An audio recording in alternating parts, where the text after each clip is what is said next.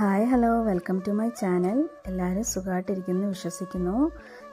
ഇന്ന് ഞങ്ങൾ അന്നക്കുട്ടിയുടെ മുടി വെട്ടാൻ വന്നതാണ്. അന്നക്കുട്ടിയെ സ്കൂളിൽ വിടുന്നതിന് മുമ്പ് ജസ്റ്റ് ഒന്ന് ഹെയർ കട്ട് ചെയ്യാമെന്ന് വെച്ചു. ഞങ്ങളിവിടെ സലൂണിലെത്തി. അന്നക്കുട്ടിക്ക് ഞങ്ങൾ നേരത്തെ ഡോറ കട്ടായിരുന്നു ചെയ്തത്. ഇതായിരുന്നു അന്നക്കുട്ടിയുടെ നേരത്തെ സ്റ്റൈല്. ഇപ്പം മുടിയൊക്കെ നന്നായിട്ട് വളർന്നു. കാരണം ഓൾമോസ്റ്റ് 3 months ആയിരുന്നു കട്ട് ചെയ്തിട്ട്.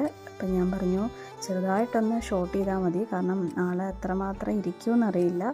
ആദ്യമേ കുറച്ച് എക്സൈറ്റ്മെൻ്റ് ഒക്കെ ആയിരുന്നെങ്കിലും പതുക്കെ ആളുടെ മൂഡെല്ലാം കംപ്ലീറ്റ് മാറി.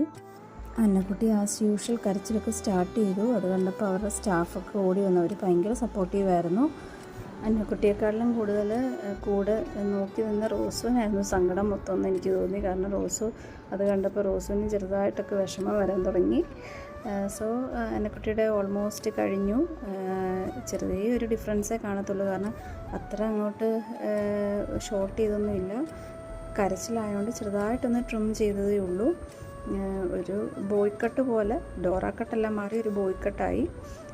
ഇതാണ് അന്നക്കുട്ടിയുടെ ഫൈനൽ ലുക്ക്. ഞങ്ങൾ ഇവിടുന്ന് ഇറങ്ങി. അന്നക്കുട്ടിക്ക് പ്രിങ്കിൾസ് എല്ലാം മേടിച്ചു. ആൾ ഹാപ്പിയായി. അപ്പോൾ ഇത്രയേ ഉള്ളൂ ഇന്നത്തെ ഈ video. Hope you all like it. If you like it, please subscribe our channel. See you in another video. Bye. Take care.